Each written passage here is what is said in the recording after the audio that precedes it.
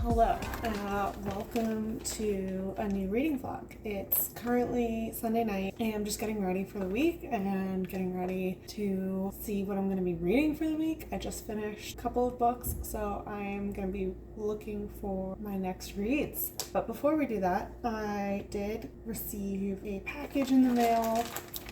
So it is sort of book related. It is a t-shirt. And it says, I'm thinking about books. And the back is this cute print.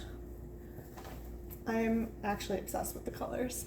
It actually has the sort of jade green that I'm currently wearing, so as you can tell, it's a favorite. And this is from a collection by Ariel Bissett, one of my favorite booktubers on, actually I don't know if she's definitely not only book content. I actually found her through her home renovation content, and that's one of the ways I had found booktube initially when I started watching booktube. Super excited to have this.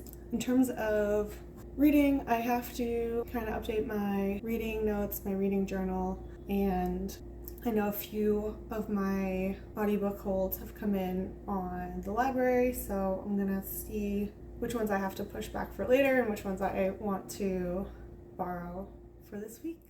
All right.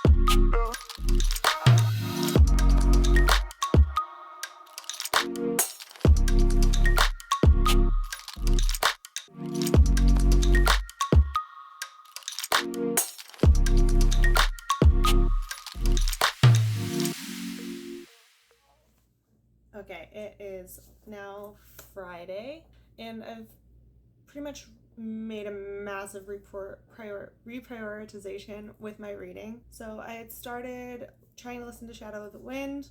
Unfortunately, I just am not quite able to get into the writing style right now. I'll consider picking it up again, definitely. Have decided I do want to tackle some bigger books, and one of the ones that I'm in the middle of is Crime and Punishment, and I've been really just reading like a chapter a week, and so really slow going with it, and it's a very slow paced book as it is, but because I want to pick up some bigger books, I want to kind of get it off of my currently reading list, and I want to finish it up and be able to move on to some other large chunky books, because I do want to get back into some high fantasy reading, and most of those are pretty thick. So I have basically put everything else on the back burner and taken off a lot of my holds, canceled a lot of my holds at the library, because I kept getting notifications that things would be ready to borrow, and I kept saying delay because I am just always in the middle of something else. And instead of getting to browse for a new book whenever I finish one, I've just been feeling like almost overwhelmed with the amount of choices, which is a cool feeling on one hand to have so many. It's great to have so many choices of what to read, and especially, with the library, getting things for free is just such an amazing privilege. But I do miss that feeling of trying to discover something that I'm more in the mood for when I'm in the mood for it. It's a balancing act, especially these really popular books. You need to put them on hold really in advance and kind of hope that I'm in the mood to read them when they come along. But I do want to prioritize, like I said, I want to finish Crime and Punishment. I'm going to start Mistborn, The Final Empire by Brandon Sanderson. So that is coming up. I'm going to be reading that with a couple of coworkers. So we have a little book club going on, and that should help hold me accountable for sure. So I want to clear the queue, refocus, and because I've done that, I have made a little bit more headway in Crime and Punishment. I'm now at like 57%, and some points have felt really dense. There's been some conversations between the characters that are very philosophical. I'm actually surprisingly I shouldn't say surprisingly, but I've been enjoying it more than I expected. It is pretty dark, and there are some heavy topics of conversation, but some of the characters almost add like a little bit of like a lightness, like a comedic sarcasm to the whole conversation. It makes it a little bit more enjoyable to read through it. There was a couple parts that I found interesting. There was definitely a big conversation about the nature of criminals and if they're just naturally drawn to crime, like they're drawn towards doing things against what the societal norm is because they're somehow more special or have some great ideas that they will want to execute no matter who gets hurt along the way. I just kind of thought it was interesting how the author put it into a very black and white, like you have one type of person who does crime and you have another type of person that are like basically the sheep and they like do what they're told and follow societal rules and laws. Not saying I agree with it, but I found it interesting enough to read. I also found it interesting how there are a lot of range of topics being kind of philosophically discussed, interspersed into the book. Again, it's one of those things I didn't know what this was really about other than that the main character goes and murders somebody and then is dealing with the consequences. But along with that, it's these conversations that are coming up, which feels very Russian, I guess.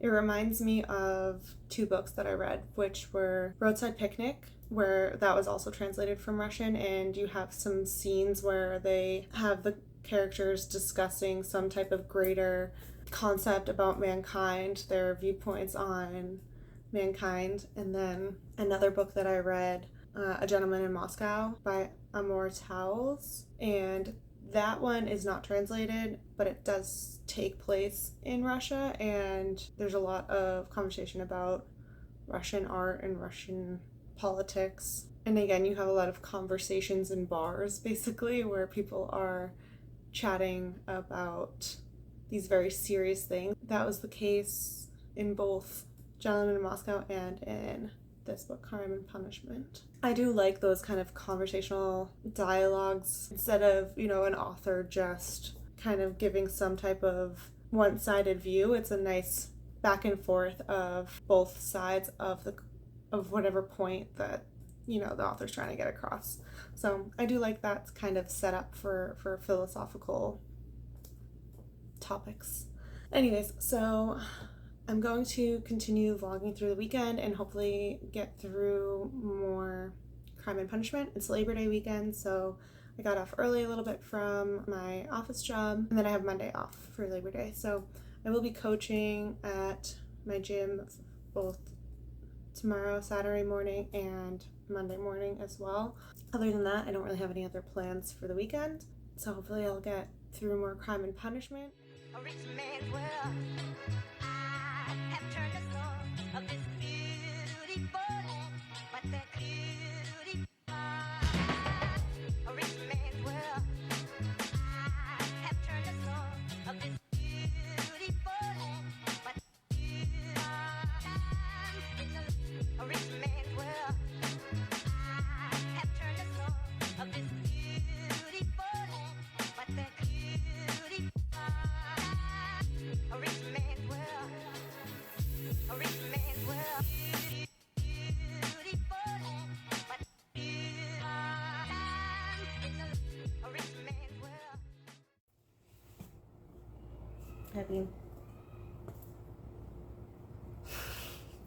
Just see the tail.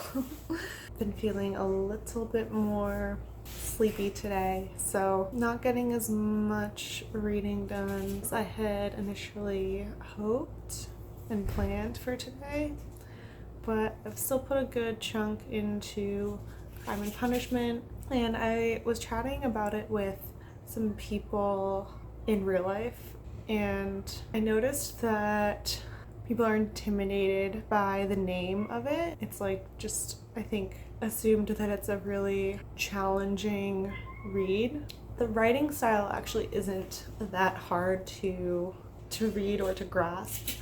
It's just long. And then I had trouble a little bit. It feels like a big tone shift when you go from the high stakes of the main character kind of plotting this murder and the immediate actions that he's taking right after, and then pivoting to these kind of like day-to-day conversations that feel a little bit more mundane.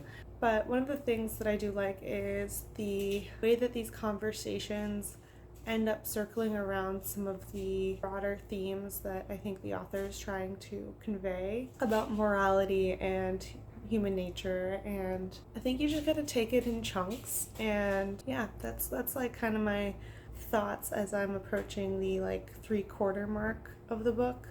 I'm still enjoying it, and not that it's like an easy read. Yeah, it's definitely not as like intense or, you know, difficult as I think people put it on this pedestal to be. So there's probably a lot of background noise in this clip, and I might have to just reiterate these thoughts at another time.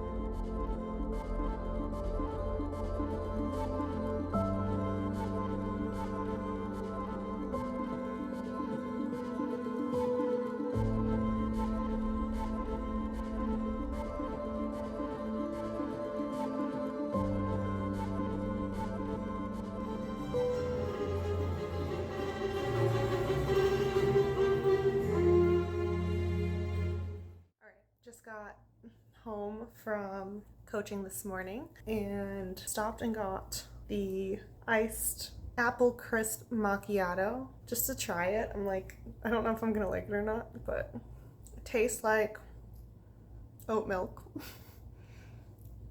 with like a hint of apple flavoring. I think I like it. Anyways, so I'm a little further into Crime and Punishment. I don't know, kind of pushing through it. Keep expecting like some big thing to happen. There's kind of like this cat and mouse game that's going on with the main character. I'm gonna say it wrong. Raja. It sounds like they're saying Roger in the audiobook, but it's Rodya, like Rodya. Main character Raja and the person who's investigating the murder, Porphyry. So they kind of have this sort of cat and mouse thing going on where they're trying to like psychologically maneuver around each other, but basically Porphyry knows and seems to know that Raja is the murderer, but is trying to kind of force his hand into confessing because he doesn't actually have any proof. It seems like that part is about to kind of reach a little bit of a climax. This is a very slow book, guys. It's slow and steady. It's not that nothing's happening. It's just that there's so much mundanity in between these like major plot points. But I don't dislike it. Yeah, the writing's really not challenging. I do find that if I listen too fast and kind of get distracted at points, it's hard to jump back in without feeling a little lost, mostly because I just can't keep track of the characters and the different names very well. I remember like there's like this guy Lucian, So they call him Lucian, or the narrator calls him Lucian, but then the characters in dialogue will refer to him with a different name. So I don't know if they're kind of interspersing using the person's first name and last name, but it becomes a little bit hard to tell what's going on because of that sometimes. You can kind of tell who is being talked about based on the context. Like this one woman who has consumption and like a bunch of kids, and like even though I couldn't remember her name at first, I remembered that she's the woman with consumption and a bunch of kids. So just kind of keeping track of people based on context has been helpful. Over time, I'm starting to like actually learn the names, and actually I will say looking at the ebook has been really helpful. And I'm looking forward to watching some reviews / breakdowns of the book, because I'm sure there's some themes going on that are probably a little bit more over my head. Like there's probably some political significance to some of the characters that I'm not necessarily picking up on. So I'm looking forward to seeing other people talk about this book once I'm done with it. But in the meantime, I'm going to keep reading, and I need to make some lunch, and I have to set up my bullet journal for the week. Let's do it. A rich man's world. I have turned the soul of this beautiful land, but the beauty a rich man's world. I have turned the soul of this beautiful land, but a rich man's world. I have turned the soul of this beautiful land, but the beauty a rich man's world. A rich man's world. Beautiful land, but a rich man's world. I have turned the soul of this beautiful land, but a rich man's world. I have turned the soul of this beautiful land, but the beauty a rich man's world. A rich man's world. Beautiful land, but a rich man's world. I have turned the soul of this beautiful land, but good morning. Hey. All right, Bean is here to say hello. This is the outro. This is the end of this vlog. I tried to share some of my initial thoughts from when I finished Crime and Punishment last night. I don't know how much better I can do today. So basically, I'm glad I read it. I'm glad I pushed through. I'm definitely glad I read it as a combination of the ebook and the audiobook. I think that's how I definitely got the most out of it. Being able to kind of highlight and see where the dialogue was switching, little things like that were helpful. That being said, the audiobook I think really brought that dialogue to life, and some of the inner monologues and things that had more emotion to them. The narrator did a fantastic job of giving those the level of emotion that the author I think was intending, and I feel like if I were to have read that just on Kindle or on paper, then it just would have felt more dry. And the audiobook just made it feel a lot more, it just really enriched the whole experience. So audiobook definitely helps me to get more reading in than I normally would, and that was really crucial I think with this book because it's just so large and I was going so slowly with it up until last week. I'm really glad that I reprioritized and put my TBR on the back burner to really focus on getting through Crime and Punishment and getting that off of my books you should read list, basically. I was starting to also say last night, like, if you don't enjoy a book, there's a level of pushing through it. There's a level of just move on with your life. I think you could get a lot of what the book was trying to say through synopses and analyses that exist on the internet. I think, in fact, you might get more of it from that, but it's really cool to see how the author wants to explain these philosophies and showcase them through character and through the story, and to bring these philosophies to life and show kind of the, I don't want to say almost said plot holes, and show kind of like start poking holes in these philosophies and, you know, why they don't always work. And yeah, it was interesting. That's all I really got. I think I rated it 3.75 on Storygraph and 4 stars on Goodreads. I almost wanted to say 3 stars just because it was like a very neutral reading experience. Yeah, and I didn't dislike it. I'll have to think on it a little bit more, but somewhere between a 3 and maybe almost a 4. Alright, that's the end of the vlog. I am moving on to slightly more fun reading, continuing to tackle my big book fear. Next on the list is The Final Empire in the Mistborn series by Brandon Sanderson, and I'll let you know how that goes in another video. Alright, see you next time. Thanks for watching. Bye bye.